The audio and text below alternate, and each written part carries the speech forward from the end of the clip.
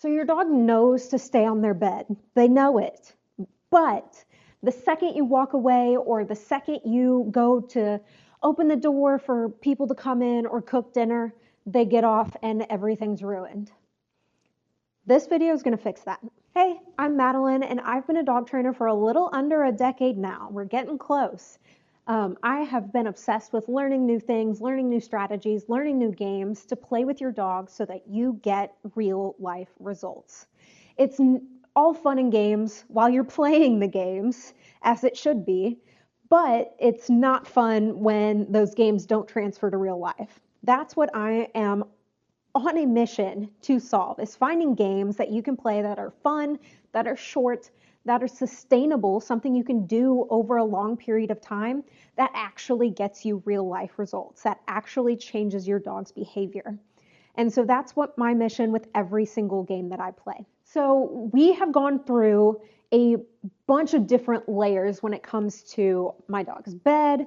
I call it their boundary, and this kind of mini series is called Boundary Games.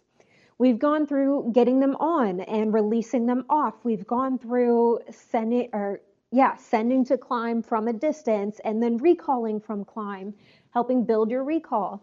We've gone through a little bit of an automatic leave it. We started building that kind of aspect of boundary games. But what happens when you need your dog on their boundary for an extended period of time and they just don't have it? So that's called duration, and it's literally just the length of time that they're able to comfortably and confidently stay on their boundary. Now, the whole point of building duration is exactly that, is so that we can eat dinner and the dog stays on their boundary the entire time. And so we don't have to worry about our dogs getting up and stealing our food or getting up and begging or getting just a little too close to our plate. We don't have to worry about that at all because our dogs know that they have to stay on their boundary the whole time and they're comfortable with it. Similarly, if people come over, the dog ends up knowing that they have to stay on their climb while people come in, people are moving around, and they're comfortable with it. They're happy with it. And so that's what we're doing in this video. We are building that duration. And it's through something called drip feeding. Now, this is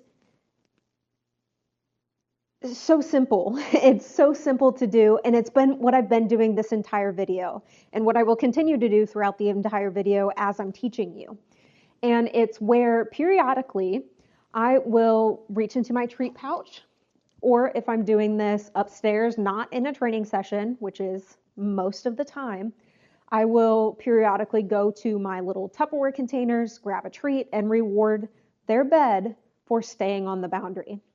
Now, usually, if I have Mufasa on his climb and he knows something exciting is going to happen, like he knows I'm going to get him off his boundary so that I can train, or give him like a long-lasting chew, or I'm getting his dinner ready, then usually he barks. He barks constantly because he can't wait to get off of his boundary. Drip feeding teaches the opposite, that it's rewarding and it's beneficial for your dog to stay on their bed. And I don't need to use my marker word for this. I don't need to make it a big deal. It's literally, I just stirred the pasta. I have like 3 seconds. I can walk away, go get my dog's treat, drop it on the bed, and then go check the food again. It's very, very simple. There can be various times in between when you reward. In the beginning, it's going to be a lot more frequent. You're going to do a lot more frequent check-ins. But as time goes on, you can extend the time in between when you're rewarding until eventually you might need to reward once, maybe twice, if at all. That's kind of the real life scenario we're looking for, but we have to build up to it. Something that is very helpful with building duration and with drip feeding in general is to have a specific training session, especially in the beginning, where you are, taking a few steps away, or you're mindlessly doing activities, but also training. So by mindlessly doing activities, it might be that I'm going to go over here and pick up this weight that is off camera. And it's just a random activity that I'm going to do, and then I'm going to come back and feed my dog. This sets our dog up for real life, but it is still a training session. So I would only do like 1 or 2 sessions of those where like I'm intentionally doing pointless activities, and then I would immediately move to real life.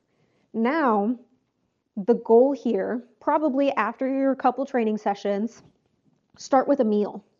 So while you eat breakfast or while you eat dinner, I would have your dog on their boundary. Every couple bites, every few bites, I would go reward my dog for being on their boundary and then continue eating dinner. Once dinner's over, you can release them and go on about your day. If they ever get off the boundary, it would be, let me see if I can get Mufasa to break. Buddy. It would be a no, climb, and right back to their climb. That's it. Easy peasy. And if you need to get them back to their climb with a collar grab or something like that, that's totally fine too, especially because you've worked on their collar grab, so they're comfortable with it. It's not seen as something punishing. It's just something that happens. Yes. Now, one thing I would say is if your dog does get off their boundary without your permission, you would not get them back on their bed and then reward them immediately. I only did that with Mufasa because he didn't really do it intentionally. I had to trick him into getting off the bed. So I didn't want to make that experience punishing for Mufasa. The other thing that you can do as a little bit of training session to make things a little bit more real life is something called the relaxation protocol. Now, I have an entire playlist going through all 15 days of the protocol. They take no more than 15 minutes a piece, and it's really great for getting your dog used to you walking around, things happening. I'm going to knock on this. Yes. It's great for that type of thing, just getting your dog used to different scenarios happening. But again, it's not real life. It's not real life ready. It's a training session. So that's a great place to start.